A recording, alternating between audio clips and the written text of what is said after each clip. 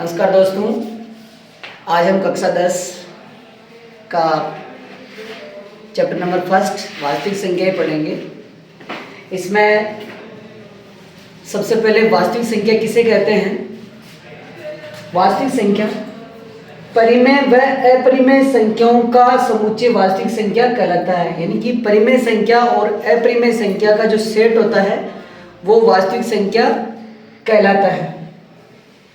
अब इसमें आता है एक अंकगणित की आधारभूत प्रमेय।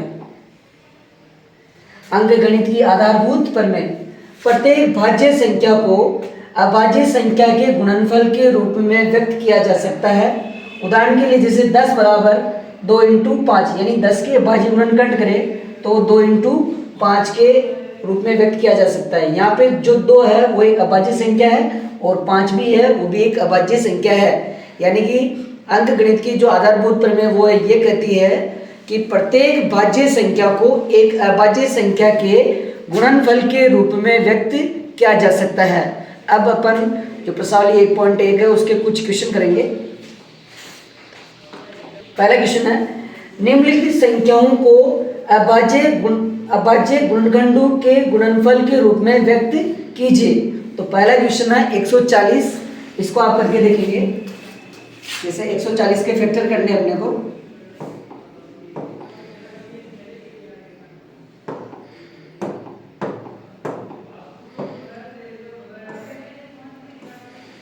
सबसे 140 में 2 से डिवाइड किया, 2 7 14, फिर 0, फिर 2 से 35 बार। अब भाग लगाया इसमें सीधा 5 का, 5 7 35, फिर 7 का, 7 1 7। यानी 140 की जो अभाज्य गुणनखंड है वो हो गए 2 इंटू 2 इंटू 5 इंटू 7। यदि आपसे क्वेश्चन ये पूछ लेता है कि 140 के अभाज्य गुणनखंडों की घात कितनी है, तो इसकी घात होगी 1 2 3 और 4। यानी अगर आपको अभाज्य गुणनखंडों की घात पूछे तो इनकी घात है 4। इस प्रकार से आपको क्वेश्चन करना है। अब सेकंड क्वेश्चन है,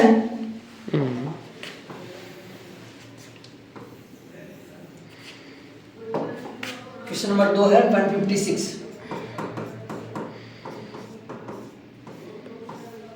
इसमें पहले 2 से डिवाइड करें, 2 7 14, 2 8 16, फिर 2 का दिया, 2 3 6 और 2 9 18, फिर 3 का, 3 गम 3, 3 3 9, फिर डायरेक्ट 13 का, 13 गम 13। यानी 156 के जो अभाज्य गुणनखंड है वो हो गए 2 इंटू 3 इंटू 13। तो इस प्रकार से 156 के अभाज्य गुणनखंड होंगे। इसी प्रकार से क्वेश्चन नंबर तीसरा है इसका,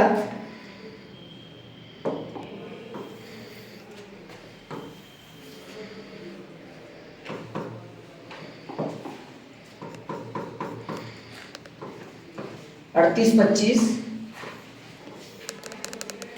सबसे पहले इसमें कितने का भाग जाएगा वो भी देख लेते हैं। 5 और 2 7, 7 8, 15 3 18, तो 3 का जा सकता है क्योंकि जो अंकों का योग है उसमें 3 का भाग जा रहा है। तो जो भाज्यता के नियम होते हैं, यदि अंकों के योग में 3 का भाग चला जाता है तो वहाँ पे 3 का भाग जाता है। तो 3 एकम 3, 3 दूनी 6, बच गए 2, 3 7 21, बच गए 1, 3 5 15, फिर 3 का भाग दिया, 3 चौक 12, 3 दूनी 6 और 3 5 15।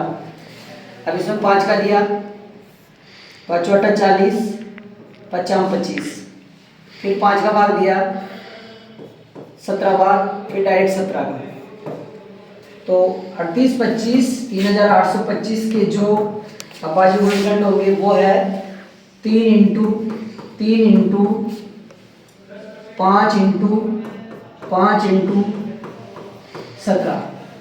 यदि आपको एग्जाम में ऐसे पूछ लिया जाता है कि 3825 के अभाज्य गुणनखंड है, उनकी घातों का योग कितना है, तो इनकी घातों का योग जितने अभाज्य गुणनखंड होंगे उतनी ही उनकी घात होगी। यानी 1 2 3 4 5। यदि आपसे पूछ लेता है क्वेश्चन की धातु का योग क्या है, तो धातु का योग होगा इसमें 5।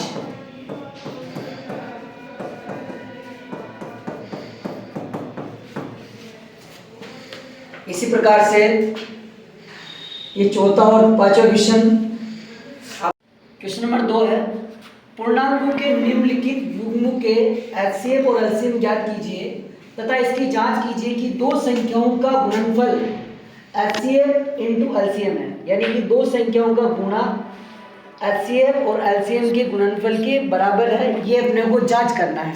तो सबसे पहले ये 26 और 91 है, इसका एचसीएफ और एलसीएम ज्ञात करना है। उसके बाद में एचसीएफ और एलसीएम को इंटू करेंगे, वो इन दोनों संख्याओं के गुणा के बराबर आना चाहिए। तो जैसे पहले ये पहला क्वेश्चन है, पहले 26 के बाजू गुणन करेंगे तो 2 का भाग दिया, इसमें 13 बार, फिर 13 का चला जाएगा डायरेक्ट। तो ये तो 26 का हो गया। अब 91 का देखिए, 3 का दिया, ये हो गया 3 3 का 9, 3 का नहीं जाएगा इसमें।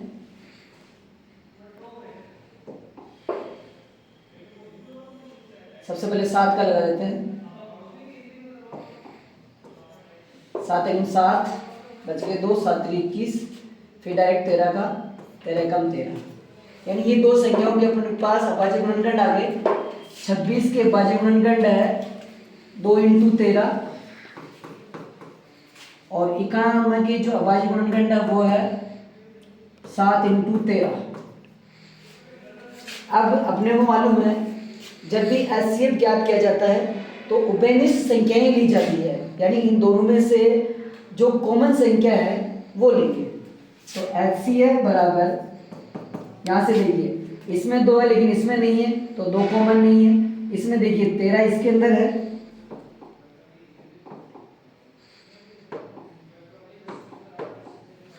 13 इसमें भी है और 13 भी इसमें भी है, यानी कि दोनों में उभयनिष्ठ संख्या 13 है।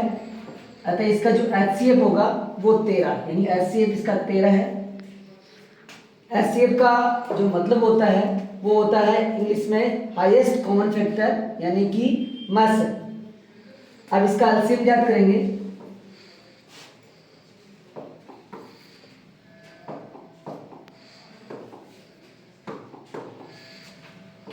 एलसीएम एलसीएम का मतलब लोएस्ट कॉमन मल्टीप्लाई, लघुत्तम समापवर्तक। जो संख्या सबसे ज्यादा बार है उसको अपन लेंगे। तो इसमें 2 एक बार है तो एक बार ही आ जाएगा। अच्छा 13 इसमें एक बार है, एक बार ही आ जाएगा। 7 एक बार है, ये भी एक बार ही आ जाएगा। अब इन तीनों को इंटू करेंगे, 13 दूना 26 और 26 को 7 से इंटू करेंगे, 7 × 42 का 2, हासिल का 4, 7 दूनी 14, 4 18, 182। यानी इसका जो एलसीएम है वो 182 आया है। यानी एलसीएम कैसे निकालेंगे, जो अंक सबसे ज्यादा बार है उसको लेंगे। यदि 2 का अंक इस लाइन में यदि 2 बार होता तो 2 बार लेते, और माना कि यदि 13 का अंक इसमें 2 बार होता या 3 बार होता तो उसको लेते। यानी और अकेले यदि एक ही संख्या है तो उसको अपन वो भी लेंगे, यानी कि अंक सभी अंक लेने हैं इसके अंदर, और एचसीएफ में केवल उभयनिष्ठ संख्या ही लेनी है। अब इस प्रकार से एचसीएफ और एलसीएम तो आ गया। अब देखिए ये जो अपना आंसर है वो सही है या गलत है, इसको अपन चेक करेंगे।